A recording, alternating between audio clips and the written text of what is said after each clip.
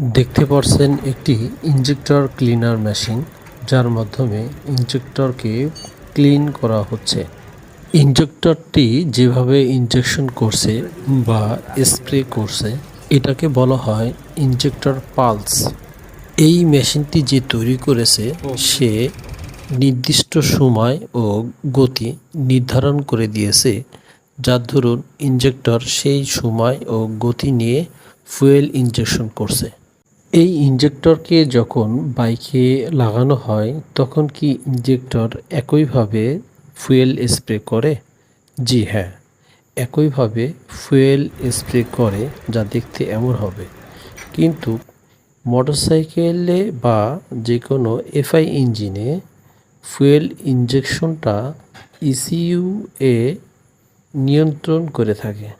একটি ইসিইউ অনেকগুলো সেন্সর এর তথ্য গ্রহণ করে ইনজেক্টরকে যেভাবে ফুয়েল ইনজেকশন বা স্প্রে করতে নির্দেশ দেয়, ইনজেক্টর সেই অনুযায়ী ফুয়েল স্প্রে করে থাকে।